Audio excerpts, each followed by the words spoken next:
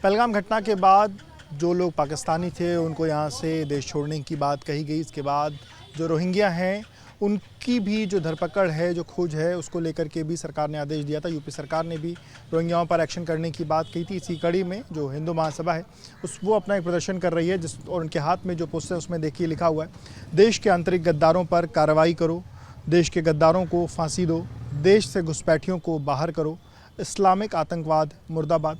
इस तरीके के जो पोस्टर हैं वो इनके हाथों में हैं। शिशिर जी हमारे साथ हैं। शिशिर जी, रोहिंग्याओं पर एक्शन की बात सरकार कह रही है, ये जो घुसपैठियों को बाहर करने की बात आप कह रहे हैं, इसके क्या मायने हैं और क्या चाहते हैं आप? देखिए, हिंदुस्तान के 1947 से बने दुश्मन पाकिस्तान को जो अपनी बहन बेटियां देते हैं, ऐसे लोगों पर विश्वास नहीं किया जा सकता है।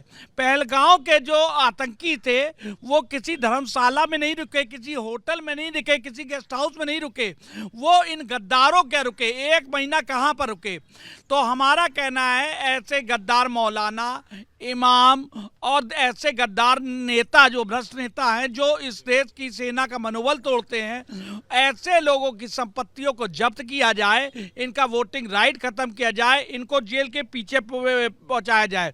तीसरी अहम बात, जो रोहिंग्या मुसलमान है, बांग्लादेशी है, घुसपैठिए हैं, इन पर कार्रवाई सरकार टीवी चैनलों पे कर रही है। इसको धरातल पे रखने के लिए जनता की मदद लेनी चाहिए। एक टोल फ्री नंबर जारी करें, एक टोल फ्री नंबर जारी करें। उस टोल फ्री नंबर के द्वारा जनता से पूछे कि आपके मोहल्ले में क्या कोई रोहिंग्या मुसलमान बांग्लादेशी रह रहा है, वो पता देंगे। और पता देने के बाद अगले 48 घंटे में गृह मंत्री जी सारे प्रदेश में, देश में, शहर के डीएम को सख्ती के साथ आदेश दें कि अगले 48 घंटे में ऐसे लोगों को पकड़ के तत्काल उन पर कड़ी कार्रवाई की जाए।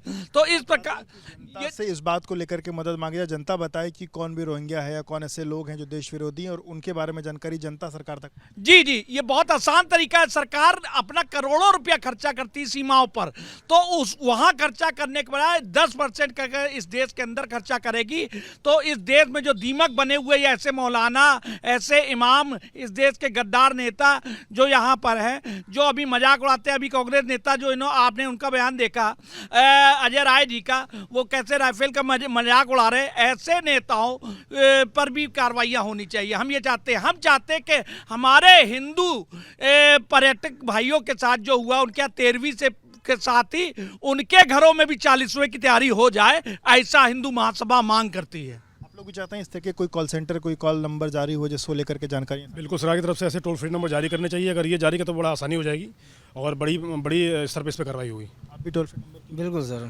हम भी चाहते हैं टोल फ्री नंबर जारी हो, जिससे गवर्नमेंट को जो है पब्लिक के द्वारा सहायता प्राप्त हो। गद्दारों को गोली मारो सालो।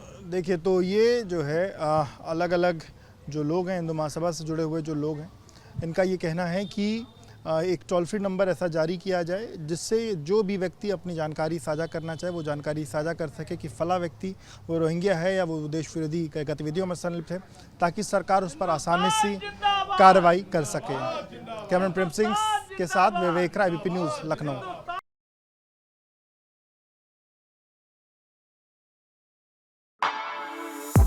For exclusive and insightful videos, subscribe to our new channel, ABP Live Premium.